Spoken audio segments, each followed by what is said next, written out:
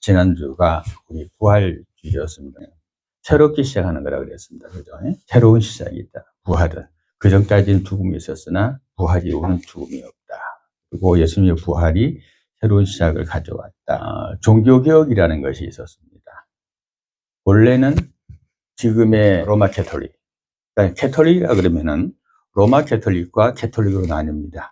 그러니까 로마 캐톨릭은 쉽게 말해서 천주교고, 캐톨릭이라 그러면 우리 개신교를 말합니다. 그래서 그걸 구분하는데, 요즘 와서는 그냥 캐톨릭 그러면 천주교 쪽을 얘기하고, 개신교 쪽 캐톨릭을 그냥 기독교다, 이렇게 표현을 많이 하는데, 원래는 로마 캐톨릭 쪽으로가 원래 있었습니다. 마틴 루터가 95개조로 된 반박문을 비텐베르크, 독일에 있는 비텐베르크 대학교 정문에다가 대자부를 붙입니다. 거기 주가 되는 게 뭐냐면은, 당시에 성 베드로 성당 대성전을 지었거든요. 그 지으면서 거대하게 짓다 보니까 비용이 엄청나게 들어갔습니다. 교황들 보면 막 머리에다 갓도 높이 쓰고 막 그러잖아요.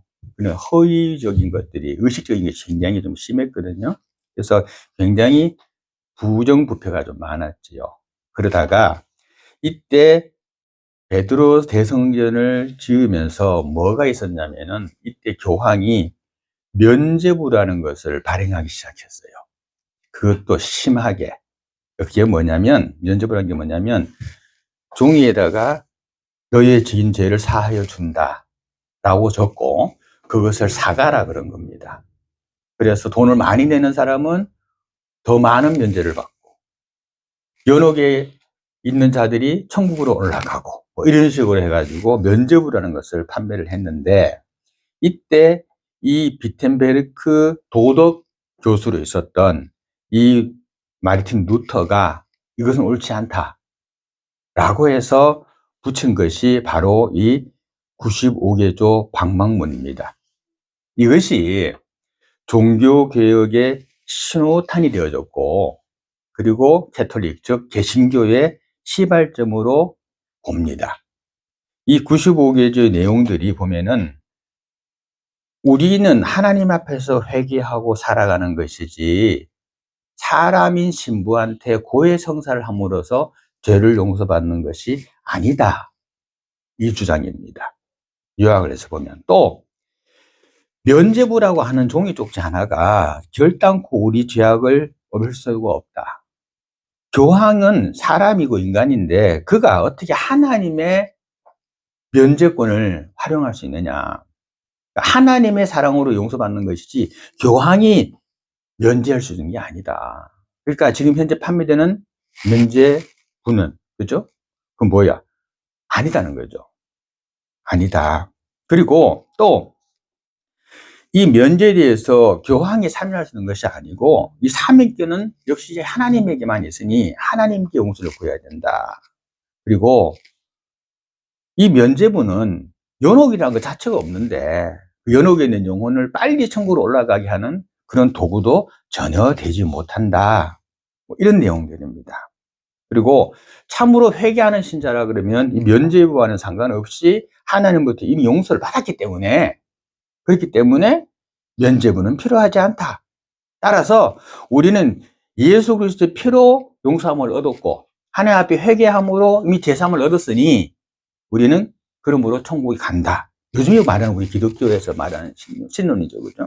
사람의 공로로 가는 것이 아니라 오직 그리스도 예수의 십자가의 공로로 하나님을 바라봄으로써 우리가 가는 것이고, 그것을 위해서 예수 그리스도께서 이 땅에 오셨고 십자가에 달 돌아가셔서 고난받으셨고, 그 고난의 피가 우리를 죄를 사하였다라고 하는 게 그 95개조 방박문의 주요 내용입니다. 그때부터 시작해가지고 개신교가 새롭게 이제, 그러니까 예수께로 바로 돌아가자, 성경으로 바로 돌아가자, 이렇게 된 거죠. 불과 몇십 년 전만 하더라도 천주교 쪽에서는 성경도 못 읽게 했어요. 왜냐면 성경 내용성에 보면은 본인들이 말하는 거하고 다른 게 많거든. 그리고 천주교에서는 뭐가 특히 있냐면은, 성경보다도 뭐가 더 중요하면 교황의 말이 더 중요해요. 교황이 그냥 신격화되어 있죠. 그래서, 근데 요번에 돌아가셨잖아. 그죠? 신이 아니잖아요. 그죠? 근데 교황의 말을 성경보다 더 우선시하죠. 그리고 교황의, 초대 교황은 베드로라고 보거든요. 그래서 베드로도 마찬가지로 총각으로 늙어 죽었다. 이렇게 했단 말이에요. 그 성경에 보면 뭐라 나와요? 베드로의 장모가 열병이 들어. 그래 나오잖아요. 베드로의 장모가 있다는 얘기야. 결혼했다는 얘기잖아. 그러니까 그런 식으로 안 맞는 것 때문에 성경을 못 보게 했어요. 천주교에서는 성경을 금서 중에 포함시켜 놨었습니다. 그 교황의 말만 따르게 했었지요. 우리 울진 지역에는 감리교가 대단히 많아요. 장로교보다 감리교가 더 많거든요. 이 감리교가 대단히 많은데, 이 감리교는 그 개신교 나원 중에서 존 웨슬리라고 하는 분이 이 감리교 교단을 창설했거든요. 근데 이분이 외친 것은 행함을 중요시 여겼어요. 예수를 보일 필요 십자가의 구원을 얻긴 하지만, 그러나 행함으로 더 큰 하나님의 은혜를 입는다. 이렇게 했어요. 그게 감리교예요. 그래서 감리교에 보면 굉장히 행함을 중요시 여겨요. 그래서 여러 가지로 헌신, 봉사, 헌금 이런 걸 강요를 많이 하죠. 많이 하고 또 하나님 앞에 또 많은 봉사를 요구하는 것이 바로 감리교 쪽에서 그렇게 합니다. 첫 열매를 중요시 여기고, 우리 교회에서도 첫 열매를 몽땅 교회에다 헌금하신 분이 계세요. 믿음대로 하는 거지요. 그렇게 하는 겁니다. 네. 그런데 그런 것들이 또 이 행함을 중요시 여기는 존 웨슬리에서 나왔다라고 보여집니다. 하나님을 위해서라면 목숨을 내놓을 수 있어야 된다. 죽어도 하나님이 죽이고 살려도 하나님이 살리시니 너는 그냥 하나님의 일만 해라는 거였습니다. 그래서 정말로 그 원론적인 교육만 받아다 보니까 정말 고리타분한 목사가 됐습니다. 세상 것은 아무것도 모르고 집에 뭐가 생기면 얼마만 되면 다 나눠주고 반찬거리 하나 없게 만들어 놓고 쌀 한 톨 없게 만들어 놓고 그런 줄 알았습니다. 오직 예수 맞아요. 코람디오 하나님 앞에서 맞아요. 하지만 인간을 구원하기 위해서 하나님이신 예수님이 이 땅에 내려오셔서 인간의 몸으로, 인간의 고통으로, 인간의 삶으로 사람을 교화시켰었는데 마치 그냥 하나님인 양 생각하는 그런 목사님들이 계심으로 말미암아 가지고 대접만 받으려고 하고, 그리고 자기 권위만 생각하는 분들이 있어서 참 마음이 아프기도 합니다. 불과 20, 30년 전만 하더라도 40세가 되면, 나 공부할 때 그렇게 배웠어요. 40이면은 불혹의 나이라고 그랬습니다. 그래서 그 나이가 되면 그 얼굴에 책임을 질 수 있어야 한다라고 했습니다. 그 60이 되면 환갑이라 그래가지고 큰 잔치 벌렸습니다. 동네 잔치 크게 벌렸습니다. 60이 되면. 그렇죠.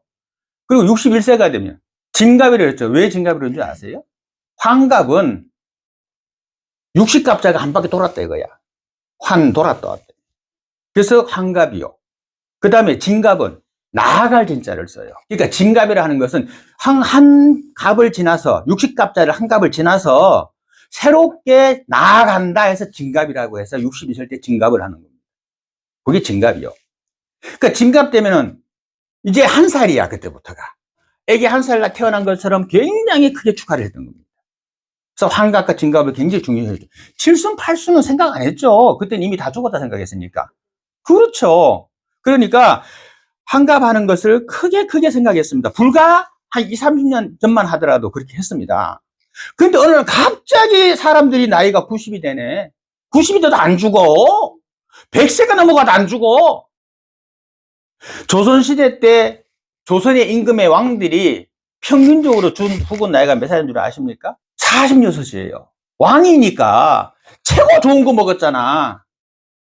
그리고 전문 의원들이 어이라 그래가지고 눈은 똥까지 맛보면서 건강 챙겼잖아요. 그렇잖아요. 그런데도 46세에 죽었다고. 그러면 일반 백성은 몇 살에 죽었을까요? 그보다 더 오래 살지 못했을 거야. 보면은. 그러니까 자, 자식이 자라가지고 커가지고 엄마가 아버지가 길렀어. 그러니까 자식이 20살이 되면 약관이라 그랬거든. 옛날에는 20살이 돼갖고 뭘 조금 알겠다 이거야. 그러니까 약관이 돼갖고 나가서 일도 하고 돈도 번단 말이야. 엄마를 모시려고 하니까 엄마가 30살에 죽네. 그렇잖아.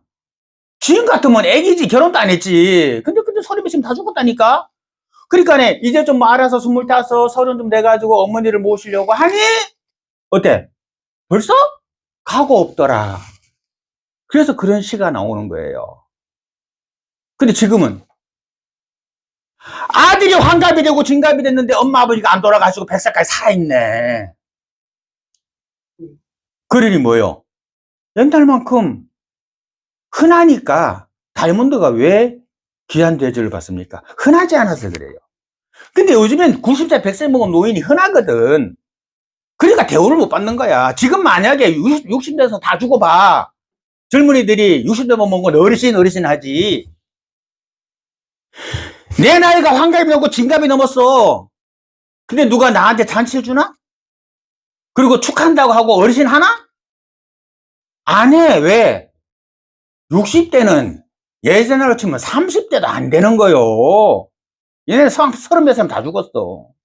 40대도 대단하고 부르기라고 했다니까. 40만 돼도. 근데 지금 나이가 오래 살다 보니까 흔하단 말이에요, 노인들이. 흔하면 또 뭐가 많아? 사고가 많잖아. 노인들 사고가 더 많네. 그러니까 애들이 뭘 보고 배워? 배울 게 없어. 그래서 나이 많이 처먹으면 그게 자랑이냐? 라고 말하는 거예요. 어른들이 이놈 하고 훈계하면 옛날 같으면 50대만 되는 사람이 이놈 그래도 동네에서 그냥 그랬잖아. 어른 대우 받았잖아. 근데 지금은 80 먹은 노인이 이놈 해봐. 젊은 애들이 뭐라는가? 어서 나이 처먹었다고 꼰대질이냐? 나이 처먹은 게 자랑이냐? 이런다니까? 그 두 가지요. 흔해서 그렇고, 흔하다는 얘기는 값어치가 없다는 얘기야. 공기가 정말 귀하죠. 잠시라도 1분이라도 안 마시면 죽을 것 같고, 몇 번 안 마시면 죽잖아. 근데 공기가 흔하니까 우리가 귀한 줄을 몰라. 노인들이 워낙 흔하니까 귀한 줄을 모르는 것이고, 그리고 또 노인들이 나이가 들어가지고 흔하다 보니까 대우를 못 받다 보니까 성질밖에 안 남아가지고 존경을 못 받는 것이고. 자, 지금 죽어도 아깝지 않은 세월입니다. 맞죠? 옛날 같아. 이미 여기 아무도 없어. 다 죽었어. 여기 있는 사람들. 나부터도 다 죽었어. 이미 땅속에 다 썩었어, 지금. 그러니까 지금 살고 있는 것 자체가 뭐예요? 덤이야. 죽고 없는 이유가 하나도 없다니까? 이미 죽었어야 될 사람들이라니까? 지금 살아있는 것 자체가 뭐예요? 덤의 삶이고, 그리고 새로운 삶인 거예요. 오래 살려고 더 말이요. 겁내지도 말아라는 얘기입니다. 그냥 사는 동안만 잘 살도록 하자. 그래서 겁먹지 말고 살고 당당하게 살아라는 겁니다. 이미 죽은 사람들인데 뭐 이미 죽은 사람이잖아. 옛날로 치면. 예수님의 부활은 새로운 시작입니다. 그죠? 모든 것의 새로운 시작입니다. 따라서 예수님의 부활주를 지난주에 지났잖아. 그러니까 이제는 뭐 사람도 바꾸고 생각도 바꾸고 또 행동도 바꾸고 다 바꾸는 거예요. 어제의 나를 버리는 거예요. 부활은 뭐예요? 죽었다가 새로 산 거잖아. 그러니까 죽기 이전의 것은 버리고 새로운 것으로 간다 이런 얘기입니다. 그러니까 어떤 생각을 하냐면 이런 생각을 가지면 됩니다. 나는 다시 살았다. 이렇게. 그렇게 생각해야 됩니다. 기죽지도 말고 겁먹지도 말고 두려워하지도 말자 이겁니다. 죽음은 죽으리로다. 에스더가 말했습니다. 에스더가 죽었습니까? 예수님이 죽으셨습니까? 부활하셨잖아요. 하나님이 죽으셨습니까? 하나님 지금 살아계시지 않습니까? 하나님 살아 역사하고 계시잖아요. 하나님이 살아계셔서 역사하고 계시기 때문에 그걸 믿기 때문에 오늘 우리가 이렇게 예배 드리는 거잖아요. 예수님은 살아계시고 하나님은 살아계십니다. 지금 이 시간에도 역사하고 계시고. 오늘 본문의 말씀을 보겠습니다. 이게 무슨 얘기인가 하면은 모세의 뒤를 이어가지고 여호수아가 지도자가 되잖아요. 그래갖고 이스라엘 지역을 점령해 나가잖아요. 지금 이스라엘 땅, 가나안 지역이지 그걸 점령해 나가잖아요. 여기를 점령해 나가면서 어떤 일이 발생했냐면은 이 기브온이라고 하는 마을이 있었어요. 마을이라기보다는 성이라고. 옛날에는 작게 부족 국가를 이뤘었으니까 하나의 부족입니다. 왕도 있고 부족, 작은 우리나라 사만시대처럼 그런 곳인데 이 사람들이 어떻게 했는가 하면은 이 기브온이라고 하는 요 곳이 이스라엘하고 화친을 맺었어요. 그러니까 우리 같이 친하게 지내고 들어와 살고 같이 어울려 살자. 이렇게 했단 말이에요. 그랬더니 이 지역에 있는 5 왕이, 기브온 왕은 화친을 한 거야. 나머지 다른 5 왕이, 이 왕들이 가만히 보니까 기브온하고 합치돼가지고 기브온하고 힘을 합치면 그 자기들한테 덤벼오면 자기들이 질 것 같고 죽을 것 같아. 그러니까 이 5 왕이 같이 모입니다. 모여가 이랬다는 안 되겠다. 일단 우리가 다 점령당하겠다. 그러니까 우리가 먼저 저 기브온을 치자. 기브온을 쳐가지고 기브온을 박살내버리자. 그러면 다른 민족들이 이스라엘하고 화친하지 못하지 않겠느냐라고 얘기를 한 거예요. 맞는 말이잖아요. 그죠? 그렇게 얘기합니다. 그 말을 하니까 5 왕이 옳다. 우리가 군사를 데리고 이 기브온을, 이스라엘이 지금 치기 좀 그러니까 이스라엘하고 화친을 한 이 기브온부터 먼저 박살내버리자. 전멸시켜버리자.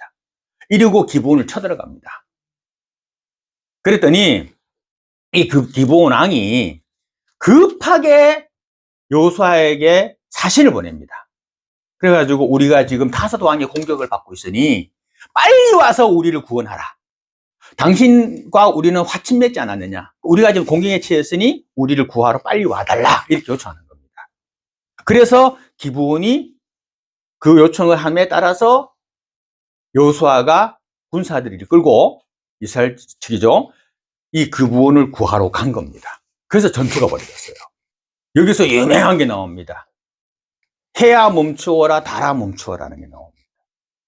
실제로 천문과학자들이 이게 말이 안 되잖아. 해가 멈추고 싸우다 보니까네 막 어두워지는 거야. 어두워지면 옛날 전쟁 못 하잖아. 무슨 뭐 라이트가 있는 것도 아니고. 그러니까 기본이 그냥 해야 멈춰라, 달아 멈춰라 했거든. 그러니까 이게 말이 안 되잖아. 해가 쓴다, 달이 멈춘다, 말이 안 되잖아. 근데 그래서 성경이 허구다 이랬는데 과학적으로 천문학자들이 계산해 보니까 이 지구상의 날짜가 좀 안 맞대. 몇 시간씩 오차 갔는데. 신기하죠? 자, 그것이 바로 13절에 나와요. 보면은 12절이네. 여호수아가 여호와께 아뢰어 이스라엘 목전에 이르되 태양아 너는 기본 위에 머무르라. 달아 너도 아알론 골짜기에 그리할지어다 하매 태양이 멈추고 달이 멈추기를 백성이 그 대적에게 원수를 갚기까지 하니라. 야살의 책에 태양이 중천에 머물러서 거의 종일토록 속히 내려가지 아니하였다고 기록되지 아니하였느냐. 그러니까 해가 천천히 든 거야. 시간이 쉽게 1시간 갈 거에 한 2시간, 3시간 천천히 가는 거야. 그러니까 지구의 자전이 뭐요? 좀 늦어졌다는 얘기지. 희한하죠. 이런 게 있었어. 그래가지고 결론적으로 이스라엘이 다 죽였다니까요. 이 이스라엘 군대가 이 5 왕을 사로잡아요. 산채로 잡는다고. 그래가지고 여호수아가 어떻게 하냐면 이 5 왕을 옆에 마침 굴이 하나 있는 거야. 그 굴에다가 가두고 돌을 굴려가지고 그 입구를 좀 돌로 쌓아갖고 막아버려. 그리고 못 나오게 밖에다 군사를 세워가지고 지키게 해요. 그리고 다른 군사들에게 말하기인데 뭐라 말하냐면 너희는 지금 쫓아가가지고 도망가는 이 5 왕의 군대를 다 진멸시켜라. 이렇게 합니다. 그래가지고 이 5 왕의 군대가 완전히 박살나버려요. 그리고 그것에서 이기고 이스라엘 백성들이 돌아옵니다. 군사들이 돌아와요. 그렇게 돌아오게 되니까 그때에 어떤 일이 있었냐면은 여호수아가 다 모아 다시 이스라엘 백성들하고 다 모아가지고 그 굴 앞에서 모아가지고 그 굴문을 열으라 그래요. 그래 누가 있어요? 5 왕이 있잖아. 왕을 끄집어내라 그래. 그러고 난 다음에 자기 지휘관이 있죠. 이스라엘의 지휘관들, 여호수아와 함께 전투 지휘관들 보고 저 왕들의 목을 밟아라 라고 하는 거예요. 목을 밟는다는 게 뭔 의미요? 타잔 영화 봤지? 타잔이 꼭 뭐 사자랑이랑 뭐 싸우거나 이겨놨는데 어떻게 밟고 그러잖아. 그죠? 지가 이겼대, 그지? 그렇잖아요. 자, 적의 목을 밟는 행위는 내가 너를 정복했다라는 의미예요. 그러니까 5 왕의 목을 밟았다라고 하는 것은 그 5 왕의 그 어떻게 보면 이제 그 전쟁 반란이잖아요. 거기서 완전 승리했다는 것을 선포하는 거예요. 그러고 난 다음에 이 5 왕을 때려 죽여요. 때려 죽이고 그 시체를 그들이 숨었던 그 굴에다가 다시 집어 던져버리는 거야. 아니면 그냥 박살났겠지, 사람이. 그죠? 깨지고, 부러지고, 터지고, 뭐, 그랬겠지. 쳐 죽였으니까. 그리고 그 굴에다 집어 던져놔 버린 거예요. 아무도 그 시신을 수습해가지 못하는 거예요. 무서워가지고. 그리고 여호수아가 그때 이 말을 하는 겁니다. 같이 읽어봅니다. 25절입니다. 시작. 여호수아가 그들에게 이르되 두려워하지 말며 놀라지 말고 강하고 담대하라. 너희가 맞서서 싸우는 모든 대적에게 여호와께서 다 이와 같이 하시리라. 아멘. 자, 여기서 강하고 담대하라 이 말은요, 여호수아 1장에서 하나님께서 여호수아를 모세의 뒤를 이은 지도자로 세우면서 여호수아에게 한 말씀이야. 1장에 나타나. 너는 강하고 담대하라. 내가 모세와 함께 했던 것처럼 너와도 함께 할 것이다. 강하고 담대하라. 그 말씀이거든요. 지금 그 말씀을 여호수아가 하고 있는 거예요. 두려워하지 말아라. 뭘 일을 당하든지 간에 강하고 담대하라. 너희와 우리에게 맞서는 대적은 어떻게? 여호와 하나님께서 다 이와 같이 그 목을 밟아 죽이시리라. 세상 두려워하지 말라는 거예요. 죽어도 벌써 죽었을, 이미 썩었을 몸뚱이잖아. 그러니까 죽음도 겁내지 말고 새롭게 부활했으니 두려워하지도 말고 새롭게 하나님 앞에서, 하나님 안에서 승리의 삶이 우리 속에 있기를 축원합니다.